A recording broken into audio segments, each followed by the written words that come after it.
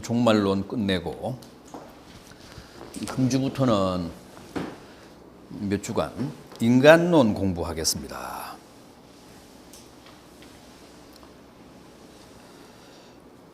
우린 다 인간들인데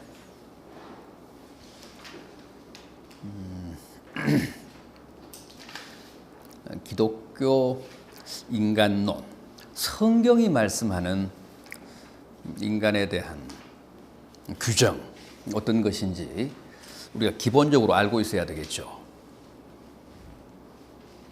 그래서 하나님이 기대하시고 바라시는 가장 이상적인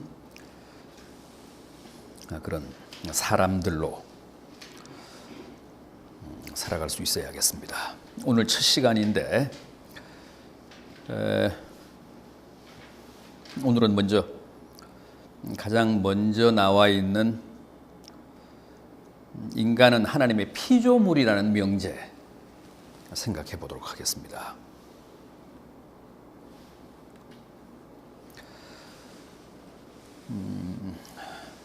인간이 하나님의 피조물 맞습니까?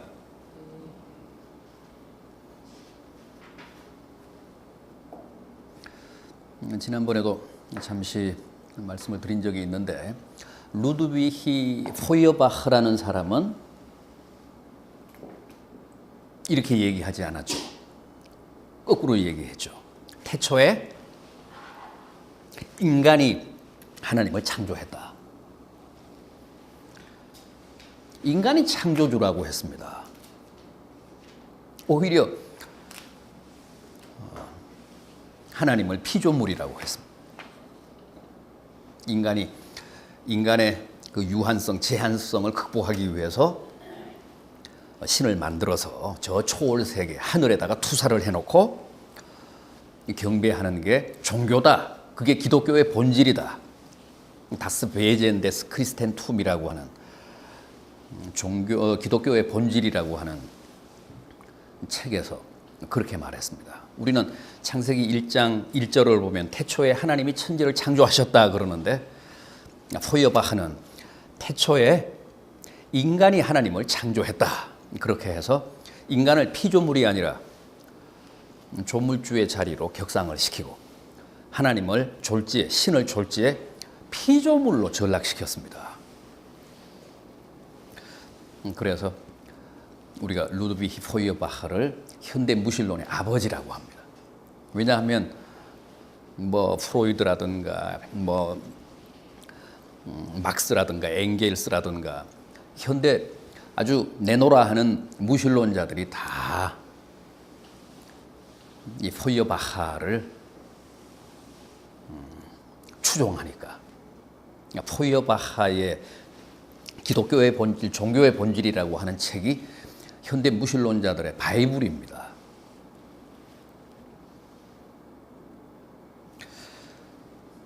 그럼에도 불구하고 우리는 인간은 어디까지나 창조주이신 하나님의 피조물이다라는 사실을 확신에 마지 않습니다.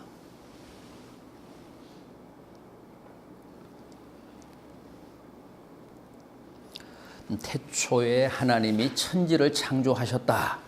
그러니까 태초에 하나님이 우주 만물을 창조하셨다. 거기 나오는 천지 혹은 우주 만물, 거기에 이제 우리 인간이 속하는 겁니다.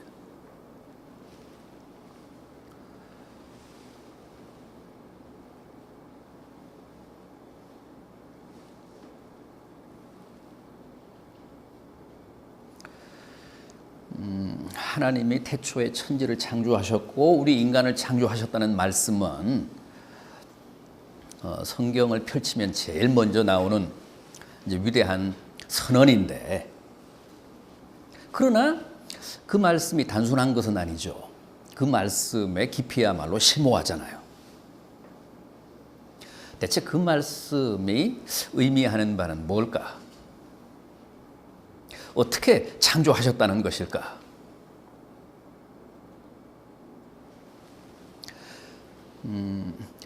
기독교 인간론 혹은 창조론의 가장 중요한 주제가 뭡니까?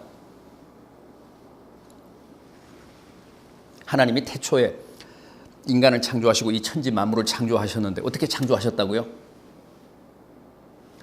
물로부터 창조하셨다고 하잖아요. 이게 중요해요. 이게 하나님의 절대성, 또 이 우주 만물에 대한, 우리 인간 존재에 대한 하나님의 절대 주권을 의미하는 것이기 때문에 하나님이 태초에 인간을 창조하시고 천지 만물을 창조하셨는데 무로부터 창조하셨다는 거예요. 크레아치오 엑스 니힐로, 라틴 말로 크레아치오 엑스 니힐로, 니힐로부터 창조하셨다는 거예요.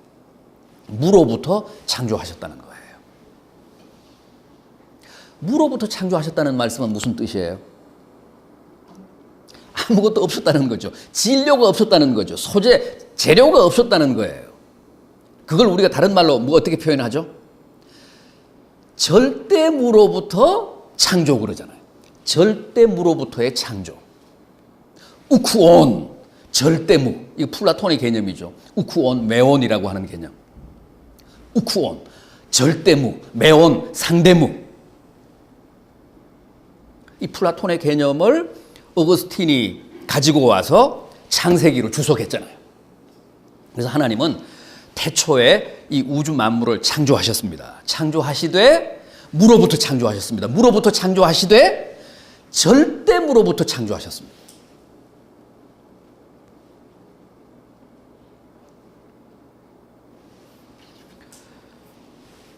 우리가 창세기 1장 그 1절 이하를 보면 태초에 하나님이 천지를 창조하시니라 그렇게 이제 장엄한 선언을 하고 이제 2절부터 하나님의 창조 사역에 들어가는데 문제는 뭡니까? 기독교가 전통적으로 고백해온 하나님의 절대무로부터의 창조를 이 창세기가 뒷받침하고 있느냐, 지지하느냐 하는 건데 어떻습니까? 2절을 보면 땅이 혼돈하고 공허하며 흑암이 깊음 위에 있고 하나님의 영이 수면 위에 운행하니라. 하나님이 첫날 뭘 창조하셨죠? 빛을 창조하셨죠. 그럼 빛이 몇 절에 나옵니까? 3절에 나오죠. 그러면 3절 빛을 창조하시기 전에는 아무것도 없어야 되는데 2절에 뭐가 잔뜩 있잖아요. 이걸 어떻게 주석했다고요? 이걸 어떻게 이해해야 옳다고요? 아까 말씀드린 절대무와 상대무의 해석학적인 틀을 적용해야 된다는 거죠. 하나님이 절대무로부터 2절, 창세기 1장 2절의 이 상대무 상황을 창조하시고 이 상대무로부터 비로소 이 가시적인 피조 세계를 빛부터 창조해 나가셨다는 거예요. 그러니까 여러분들이 창세기를 보실 때 그런 혼란이 없으셔야 돼. 예? 아니 그러니까 혼란이 오면 안 된다니까. 혼란이 오면 회의에 빠지니까 하나님은 절대무로부터 이 우주를 창조하셨기 때문에 이 우주에 대한 전적인 소유권이 하나님께 있어요. 맞죠? 그러면 그 절대 명제를 우리가 탄탄하게 수호해 나가기 위해서는 이 창세기 주석을 잘해야 돼. 이 창세기에 대한 이해를 잘해야 된단 말이죠. 아닌데요. 절대무가 아닌데요. 2절에 땅도 있고 혼돈도 있고 공허도 있고 무슨 흑암도 있고 심연도 있는데요. 물도 있는데 이렇게 반동을 부리면 안 된다는 거죠. 하나님은 아무것도 없었던 우쿠온 절대무로부터 창세기 1장 2절이라고 하는 매온 상대무를 창조하시고 비로소 첫날 빛부터 창조해 나가셨다는 거예요. 그러니까 하나님은 절대적인 창조주가 맞으시고 태초에 절대무로부터 이 우주를 창조하사 이 우주의 전적인 주인이 맞으세요.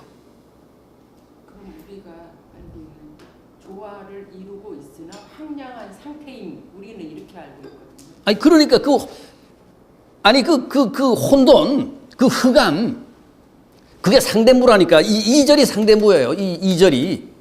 그러니까 그걸 생각하시면 돼. 하나님이 제일 먼저 우주를 창조하실 때 첫날 빛을 창조하셨는데, 빛을 창조하셨다라는 것 자체가, 빛은 상대적인 거잖아요. 어둠이 있다는 얘기 아니에요. 어둠이 있으니까 빛을 창조하신 거거든. 그러니까 어둠이 있었잖아, 어둠이. 어둠이 이게 상대무야. 그러니까 1장 2절은 이게 상대무야, 상대무. 상대무라고 생각하시면 혼돈. 그러니까 하나님이 빛부터 창조하셔서 하나하나 질서를 잡아가셨잖아요.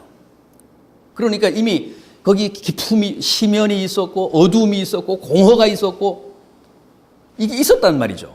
그것도 상대무죠. 그게 상대무라니까. 그게 상대무. 그게 상대무란 말이죠.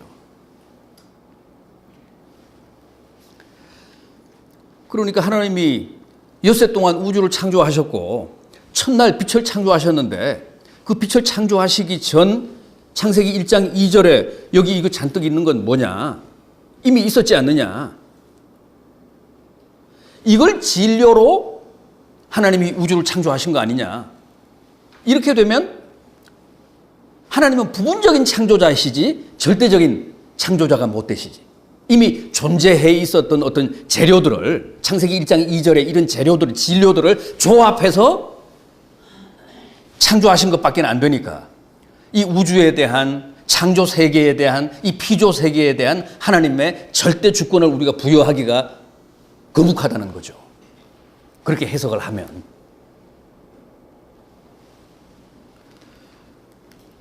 우리가 목수를 창조자라고 그러지는 않잖아요. 왜요? 이미 재료가 있었잖아. 이미 목재가 있었단 말이죠. 그걸 자기가 재단하고 썰고 받고 해서 필요한 집기며 가구를 만들었기 때문에 장인이라고 하지 창조자라고 하지 않습니다.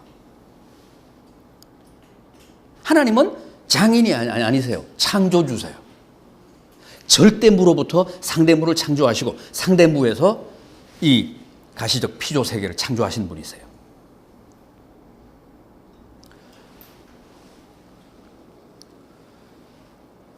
그래서 이 우주 만물, 또 그 가운데 우리 인간들은 하나님에 의해 절대무로부터 지음받은 존재예요. 그래서 인간들을 비롯해서 이 피조 세계에 대한 주권이 오로지 하나님께만 있어요. 하나님이 주인이세요.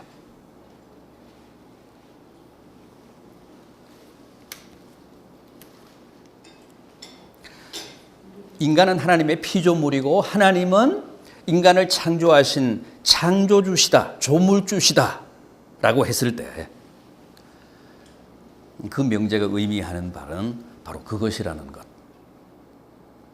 하나님이 인간을 비롯해서 이 우주 만물을 절대무로부터 창조하셨다는 거죠.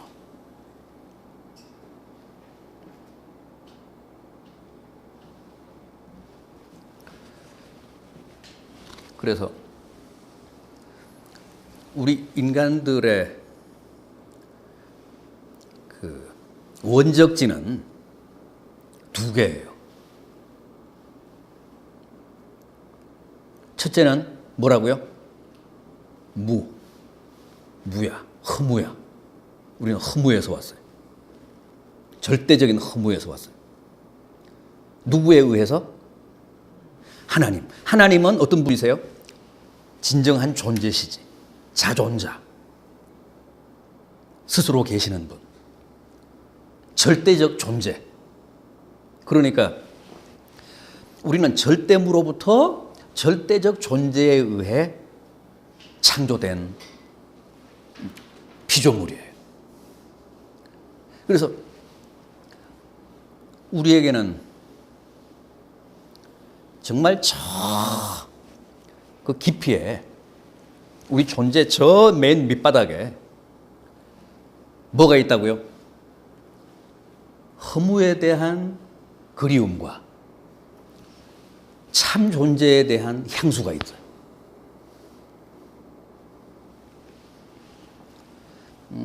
기독교 인간학, 기독교 인간론에서 아주 중요한 대목인데 이건 이미 어거스틴이 얘기한 거예요. 어거스틴에서부터 이제 온 것인데 현대에 와서는 이제 폴 틸리히가 새로운 그런 개념으로 또 새로운 언어로 많이 심화를 시킨 거죠. 그러니까 우리 인간 실존에는 아주 근원적인 욕구 두 가지가 있어요. 허무에 대한 그리움이야. 그러니까 허무로 복귀하고자 하는 그 회귀 본능, 귀소 본능. 또 나를 창조하신 참 존재의 품으로 복귀하고자 하는 욕구. 흠으로 돌아가고자 하는 기소 본능은 뭐라고요? 그걸 뭐라고 했어요? 그게 불안이야. 불안감. 두려움에 비슷한 말, 불안. 그러나 두려움은 불안하고 다른 거죠. 두려움은 물리적인 개념이라고 그랬어요. 폴 틸리히는 불안과 두려움을 그렇게 엄격하게 구분해요. 두려움이라는 것은 그 물리적인 대상이 있어요. 그것만 제거가 되면 해소가 돼. 그러나 불안은 아니야. 불안은 대상이 있어요, 없어요?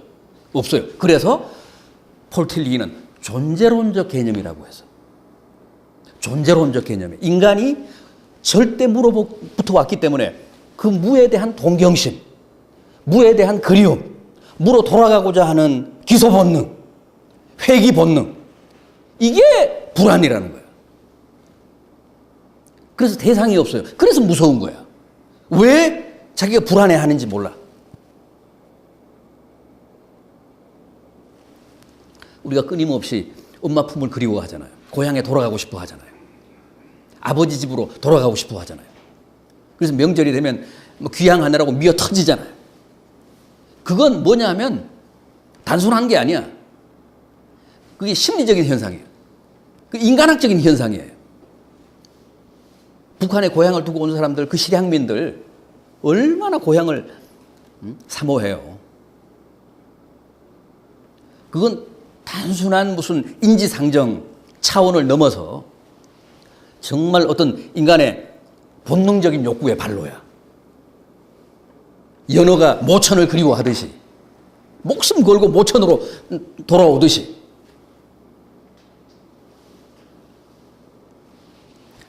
그래서 불안하고 불안해서 그 불안을 해소를 못하고 제어를 못하고 그 불안에 지게 되면 어떻게 돼요? 무로 돌아가 자살하는 거죠. 무로의 복귀, 무로의 기투, 투신. 불안은 반드시 그 종국이 자살이에요. 죽음이야.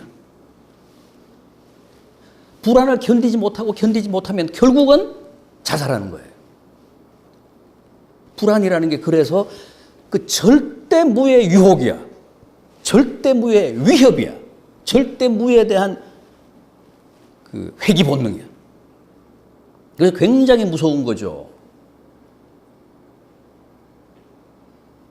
우리가 객지 생활을 하다가 어려울 때 엄마 품이 더 그립잖아요. 불안도 똑같은 거예요. 정신적으로, 육체적으로 객지 생활하면서 힘들고 괴로울 때 더 불안이 가중돼요. 더 무의 품에 안기고 싶어 해. 그래서 연예인들 굉장히 힘들고 괴로울 때 결국은 그거 못 이기고 허무에 자기를 던지잖아요.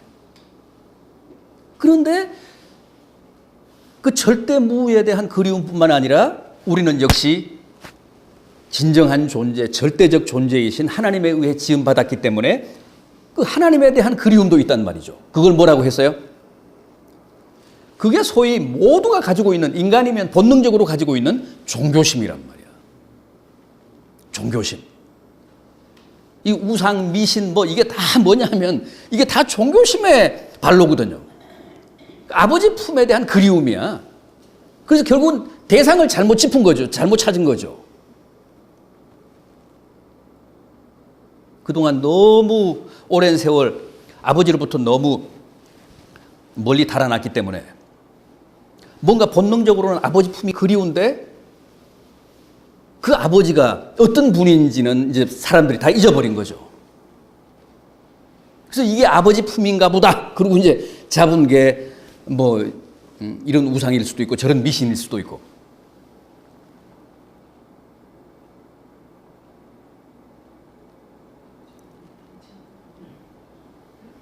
네?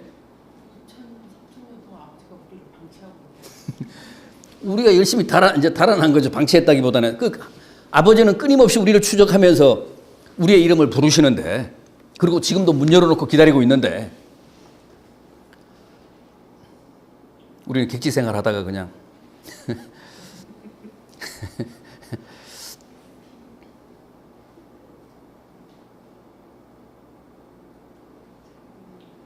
그래서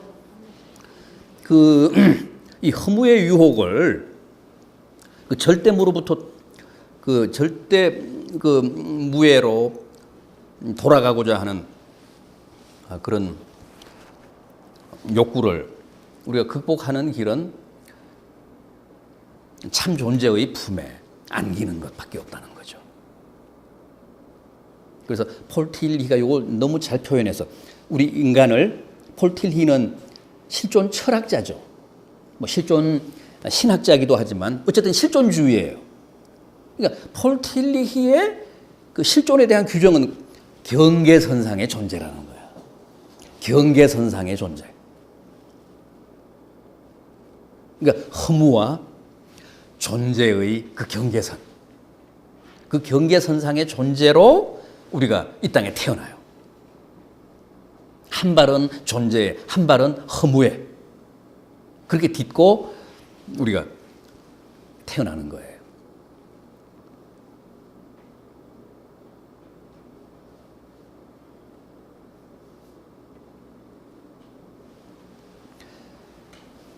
그래서 허무에 자기를 투신하면 존재로부터는 이제 영원한 결별이고, 존재의 품에 안기면 가장 확실하고도 완벽하게 허무를 우리가 극복할 수 있는 길이고,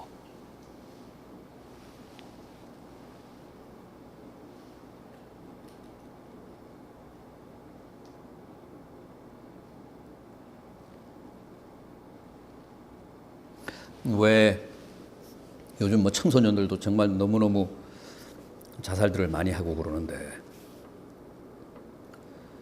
왜 많은 사람들이, 특히 우리나라 사람들이 이렇게 자살을 많이 하는가?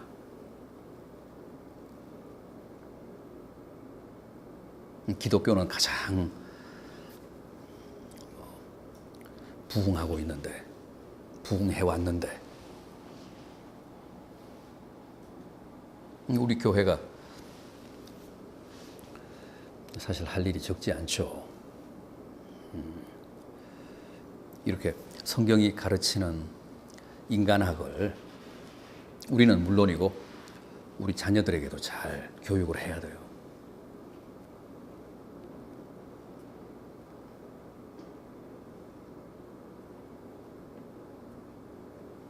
두려움과 불안의 실체가 뭔지, 왜 사람들이 저렇게 무모하게 자살 대열에 나서는지, 그리고 근본적으로 이런 문제를 해결하기 위해서는 우리가 어떻게 해야 하는지, 이게 다 교회에 주어진 아주 막중한 현실적인 과제들인데, 참 우리가 이런 부분에 굉장히 약합니다.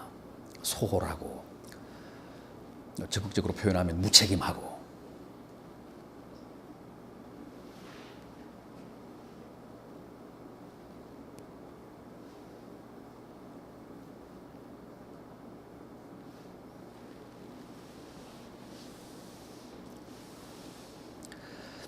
물고기나 무슨 동물들뿐만 아니라 우리에게도 이런 귀소 본능이 있다는 것, 원초적인 회귀 본능이 있다는 것. 그리고 그것은 크게 두 가지, 허무와 존재인데 반드시 우리는 참 존재이신 하나님의 품에 안겨야 영원한 허무를 뜻하는